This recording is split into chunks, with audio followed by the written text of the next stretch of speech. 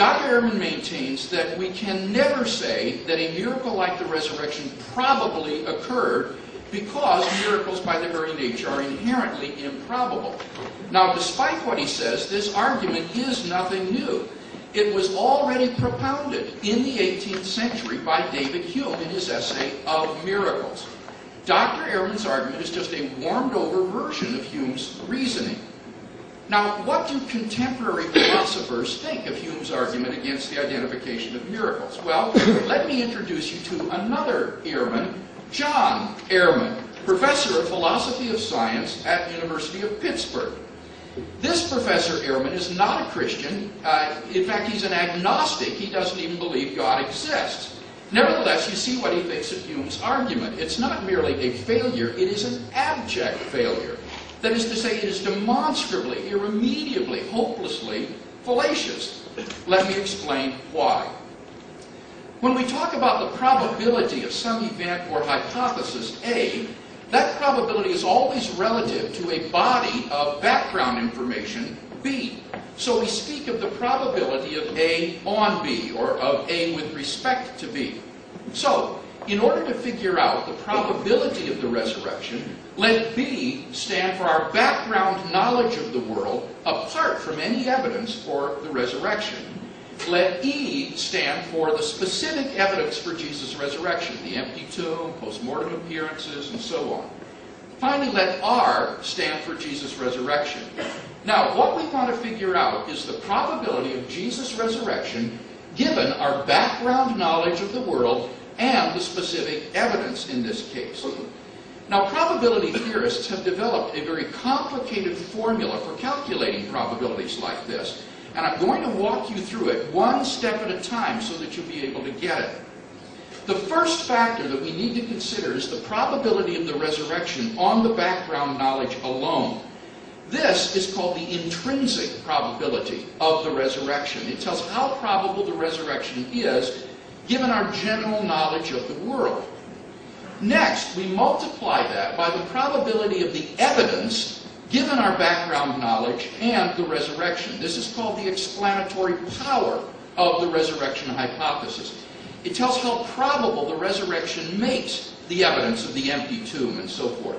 And these two factors form the numerator of this ratio. Now, below the line, just reproduce the numerator. Just move everything above the line down below the line. Finally, we add to that the product of two more factors. The intrinsic probability that Jesus did not rise from the dead, plus, or rather times, the explanatory power of the hypothesis of no resurrection. And basically, this is the intrinsic probability and explanatory power of all the naturalistic explanations of Jesus' resurrection. So, the probability of Jesus' resurrection relative to our background information and the specific evidence is equal to this complicated ratio.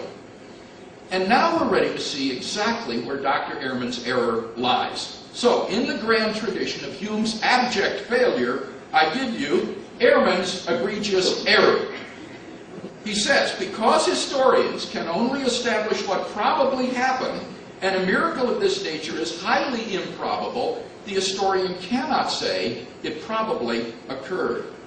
In other words, in calculating the probability of Jesus' resurrection, the only factor he considers is the intrinsic probability of the resurrection alone.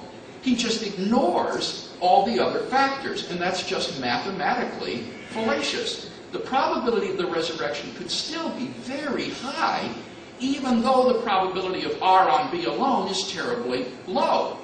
Specifically, Dr. Ehrman just ignores the crucial factors of the probability of the naturalistic alternatives to the resurrection.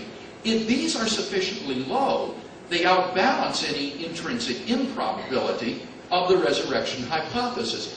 And we can see this by looking at the general form of the probability calculus. It has the form of x over x plus y, because the numerator is reproduced in the denominator.